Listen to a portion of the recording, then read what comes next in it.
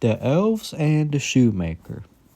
There was once a shoemaker who, through no fault of his own, had become very poor. "I am sorry to say, my dear," he said to his wife, "but all I have left in the shop is enough leather to make one pair of shoes." In the evening, he cut out the leather for the shoes, planning to work on them the next day. Then he and his wife went to bed and fell asleep. The next morning, the shoemaker went into his workshop and was very surprised to find a completely finished pair of shoes sitting on a table. "How did this happen?" he asked his wife with amazement. "Why, I have no idea," she replied. He picked up the shoes and examined them carefully. "Not a stitch is out of place," he exclaimed.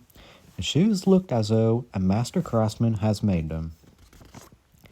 Later that day, a customer came into the shoemaker's little shop.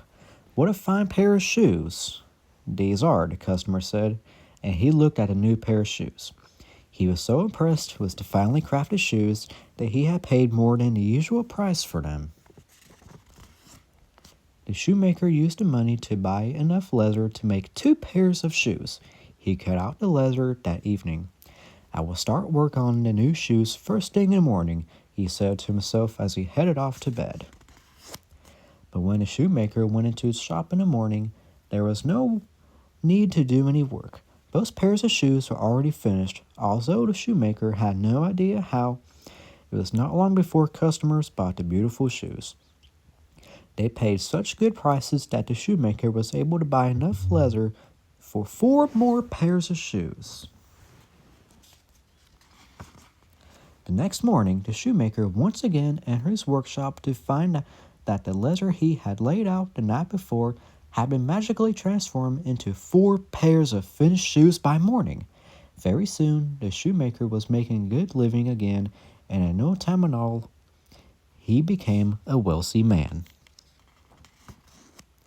One evening, just before Christmas, after the shoemaker had cut his leather, he said to his wife, "Let's stay up tonight and find out who has been helping us by making all of those beautiful shoes every night." "What a wonderful idea," she said. So they lit a candle and hid behind some clothes that were hanging in a corner and waited. At midnight, the 2 little men wearing ragged and ripped clothes came in and began to work at the shoemaker's table. They picked up the leather and went with their tiny fingers. The little men began to stitch and sew and hammer so skillfully and quickly, the shoemaker and his wife could not believe their eyes. The little men worked without stopping until all of the shoes lay finished on the table. Then they rushed away.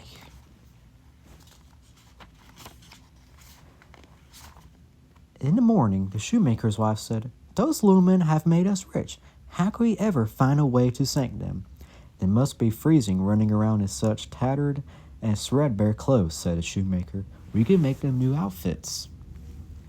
"What a fine idea," agreed his wife. "I'll make them each a coat, a vest, and a pair of pants, and I'll knit them each a pair of stockings. And I shall make 2 fine pairs of little shoes," added the shoemaker. That evening, when everything was completed, they put their presents on the table in place of the cut-out leather. "Let's stay up late and hide once more to see what the little men will do," said the shoemaker to his wife. "I was just about to suggest the same thing," she said. At midnight, the little men entered the shoemaker's workshop. They were ready to begin their nightly work. At first, they were surprised to see the new little clothes laid out for them instead of the leather. They were soon filled with joy. The 2 little men quickly put on their brand new clothes. They began to sing a happy little tune. "Now we are boys so pretty and neat. No longer will we cobble for others' feet," they sang out with joy.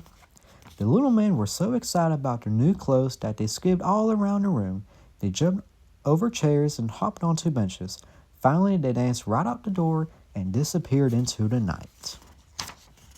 The little men never came back to the shoemaker's workshop again, but thanks to the help, the shoemaker prospered for as long as he lived and was very successful in everything he did.